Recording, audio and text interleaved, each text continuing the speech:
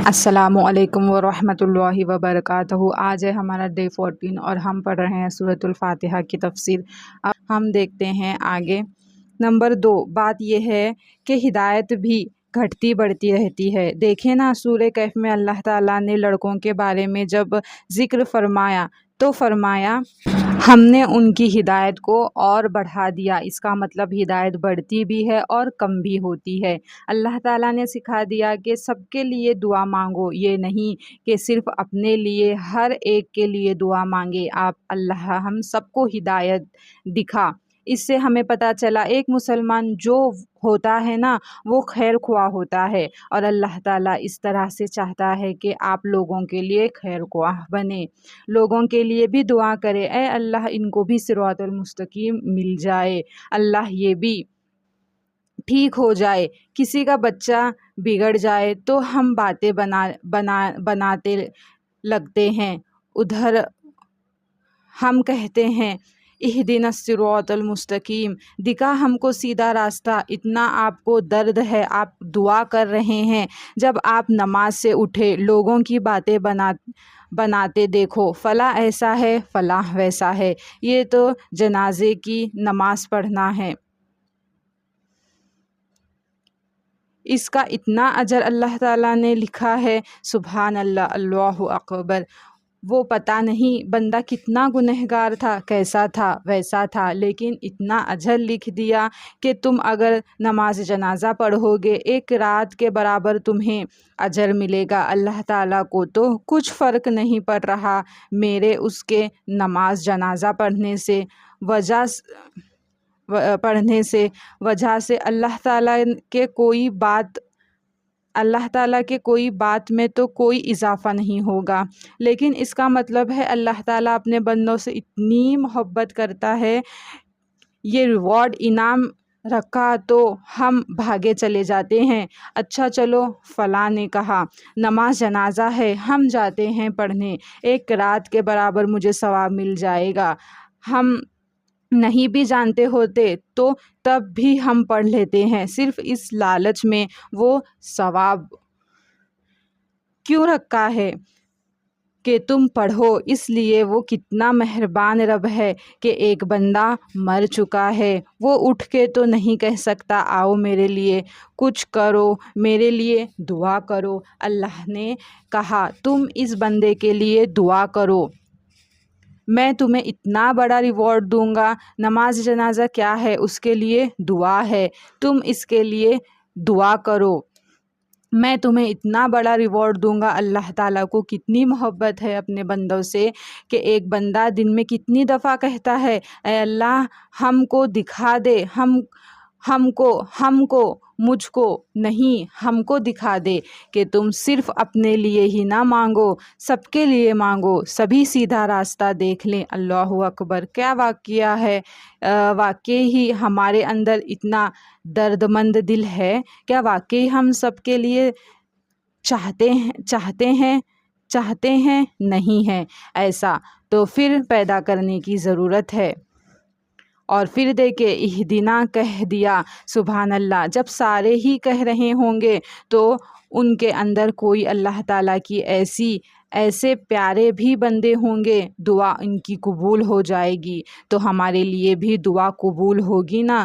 وہ جب کہہ رہے ہیں اہدنا، اگر وہ نیک لوگ، وہ بڑے اللہ تعالیٰ کے مقربین ہیں، وہ صرف اپنے لیے مانگ رہے ہوتے تو وہ ایک بات ہوتی، لیکن جب وہ اتنے لوگوں کے لیے مانگیں گے، ہم بھی شامل ہو گئے، اللہ تعالیٰ ہمیں بھی ہدایت دے۔ ہم کہے امام کعبہ جب مانگ رہے ہیں ہمیں بھی ہدایت مل جائے، تو ہم سمجھتے ہیں یہ کتنے اللہ تعالیٰ کے نیک بندے ہیں، تو جو بھی کہیں مانگے، جو بھی کہیں مانگے گا وہ باقیوں کے لیے دعا کر رہا ہے، سبحان اللہ۔ تو کتنے لوگوں میں آپ بھی آ گئے، لیکن کتنے لوگ ہیں جو دل سے یہ مانگ رہے ہوتے ہیں، پتہ نہیں کس کو صراط المستقیم مل جائے، کس کی دعاؤں کے اوپر اللہ اکبر۔ ہدایت صرف اسلام میں آنا نہیں ہے، اسلام پہ چلنا بھی ہے، نیکیوں کی توفیق ملنا، یہ سب صراط المستقیم پہ چلنا۔ اللہ تعالیٰ کی فرامین کی اطاعت کرنا، جو اس نے حکم دیا ویسے کرنا، وہ صراط المستقیم ہے۔ فتنوں کے دور میں آپ صلی اللہ علیہ وسلم نے فرمایا اور ہمیں بتا دیا ہے کہ قرآن کو اور آپ صلی اللہ علیہ وسلم کے طریقے کو اور صحابہ کے طریقے کو ایسے جیسے دانتوں سے انسان پکڑ لیتا ہے نا، اس طرح سے پکڑ کے رکھنا۔ آپ کو پتہ ہے جو طریقہ میرے نبی کا تھا وہی جو صراط المستقیم ہے، جو اللہ تعالیٰ کا فرمان ہے، وہی بات ہے جو حق ہے، اور آپ کو بالکل صحیح اور غلط پتہ چلنا شروع ہو جاتا ہے۔ اللہ اکبر۔ تو اب آپ نے اہدنا الصراط المستقیم ہدایت تو مانگ لی ہے۔ اچھا، ایک بات اور، ہدایت اتنی بڑی نعمت ہے کہ دیکھیں کسی نعمت کو ہم نے یوز کرنا ہے نا، تو جو باقی نعمتیں ہیں اس کے اندر بھی ہدایت ہو گئی تو وہ نعمت ہمارے لیے بھی رحمت بن گئی، ورنہ وہ رحمت بھی زحمت بن جائے گی۔ ایک مثال سے سمجھیں، اسی سے آپ باقی بھی سمجھ لیں۔ صحت ایک بہت بڑی نعمت ہے، لیکن اگر میرے پاس ہدایت ہوگی تو یہ صحت میرے لیے رحمت ہے ورنہ زحمت ہے۔ کیسے رحمت زحمت کیسے بن سکتی ہے؟ آج میرے پاس صحت ہے، میں اگر کوئی غلط کام کرنا شروع ہو جاؤں، نعوذ باللہ کوئی ایسی غلط چیزیں کرنا شروع ہو جاؤں، ادھر بھاگ رہے ہیں، دوڑ رہے ہیں، ایسے کر رہے ہیں، تو بعض دفعہ نعمتوں کو ہم نہیں سمجھتے کہ وہ زحمت بن سکتی ہیں۔ وہ زحمت بن جاتی ہیں کیونکہ وہ اس کی آخرت کے لیے خسارہ کا باعث ہوتی ہیں، آخرت میں نقصان ہوتا ہے۔ مثال، کسی کے پاس بہت مال ہے، بڑی اللہ کی رحمت ہے آپ کے اوپر، لیکن اگر ہدایت کی رحمت نہیں ہے، وہی مال گناہوں میں استعمال کرے گا۔ وہ شراب بھی پی رہا ہے، آج اس کے پاس مال نہیں ہوتا تو یہ سب نہیں کرتا، وہ اس سے ناچ گانے کی محفلوں میں بیٹھا ہوا ہے، وہ اس سے فضول خرچی کر رہا ہے، وہ اس کے اوپر تکبر کر رہا ہے، اتنا تکبر ہے کہ وہ کسی کو کچھ سمجھ ہی نہیں رہا۔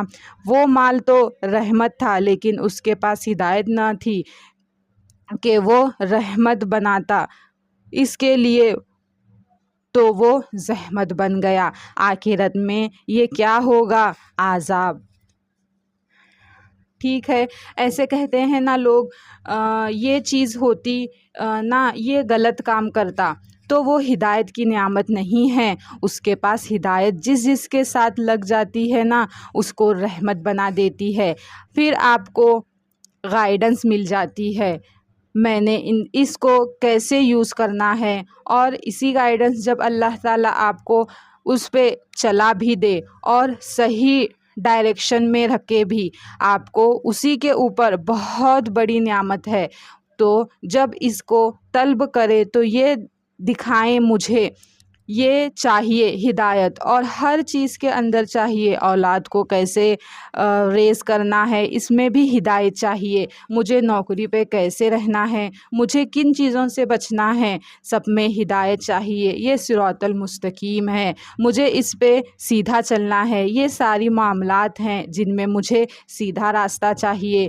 یہ صراط کی ایکسپلینیشن، وضاحت ہے۔ ہم نے یہاں تک مانگ لیا، اب یہاں تک مکمل ہو گئی، لیکن کسی کو بھی کوئی چیز سمجھانے کے لیے، مثلاً آپ کسی کو بتانا چاہتے ہیں نا کہ صحت کتنی بڑی نعمت ہے، تو جب تک وہ بیمار نہیں ہوتا اس کو نہیں پتہ چلنا صحت نعمت ہے۔ کسی کو بتانا چاہتے ہیں نا دن کیا ہے، جب تک رات نہیں ہوتی دیکھے گا اس کو سمجھ نہیں آئی کہ دن کیا ہے۔ جس کو بتانا چاہتے ہیں سفید کیا ہے، جب تک وہ کالا نہیں دیکھے گا اس کو نہیں پتہ چلے گا سفید کیا چیز ہے۔ اسی طرح سے صراط المستقیم کیا ہے آپ کو اچھی طرح کلیئر ہو جائے، اس لیے کیونکہ آپ کو ساری زندگی اس پہ چلنا ہے۔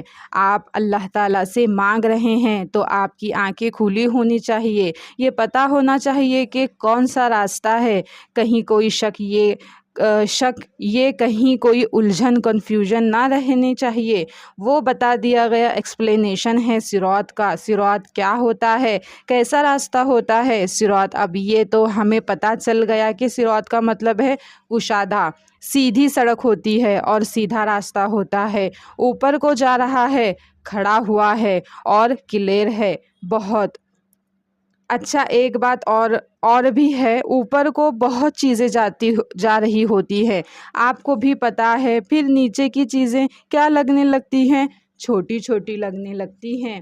دنیا جو ہے نا، پھر اس کی نظر میں اتنی بڑی نہیں رہے گی، دنیا اس کی نظر میں بہت چھوٹی ہو جائے گی۔ دنیا کی باتیں تانے وہ اس کے لیے بڑے نہیں رہیں گے۔ صراط راستہ، الذین ان لوگوں کا، انعمت علیہم جن پر تو نے انعام کیا۔ اب ہم سوچ رہے تھے یہاں پہ آتا ہے صراط الذین علیہم، تو نے جن کو ہدایت دی، لیکن یہاں پہ انعمت آ گیا۔ اس کا مطلب یہ ہے کہ ہدایت ایک نعمت ہوتی ہے، اللہ تعالیٰ نے جن پر انعام کرا، جن کو یہ نعمت عطا فرما دی، وہ ہے جس راستے پہ تم کو چلنا ہے۔ یعنی آپ کو آپ کے رول ماڈل دکھا دیے، یہ آپ کے رول ماڈل ہیں جن پر اللہ تعالیٰ نے انعام کیا۔ یعنی اللہ تعالیٰ کا انعام ہی ہوتا ہے کہ کسی کو وہ چلا دے اس راستے پہ، اسی لیے تو اللہ تعالیٰ سے مانگو، کیونکہ یہ اللہ تعالیٰ کا بہت بڑا فضل ہوتا ہے کہ اللہ تعالیٰ کسی کو چلائے۔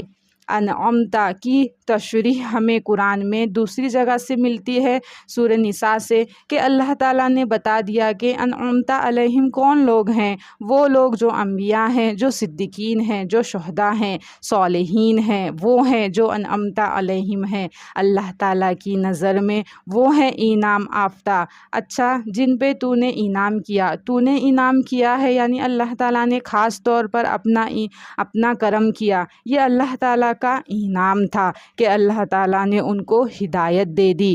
وہ راستہ جو اچھا، جو انعمت ہے نا، ایک بات اور سنیں، انعمت پاسٹ ٹینس ماضی ہے، تو نے انعام کیا تھا، علیہم ان پر، تو نے انعام کیا تھا ان پر۔ اس سے پتہ چلا جو پچھلے گزر گئے لوگ، انبیاء، صالحین، شہداء، ان کے راستے کو مانگ رہے ہیں۔ اللہ تعالیٰ سے آج کا کسی کا کیوں نہیں کہا پریزنٹ ٹینس کے آج جن پر تو نے انعام کیا ہے؟ اس لیے کہ آپ کو نہیں پتہ، جس کو آج کوئی ہدایت ملی ہے کل کو بھی ملے یہ نہیں، اس کی موت کس چیز پہ آئے ہم نہیں جانتے۔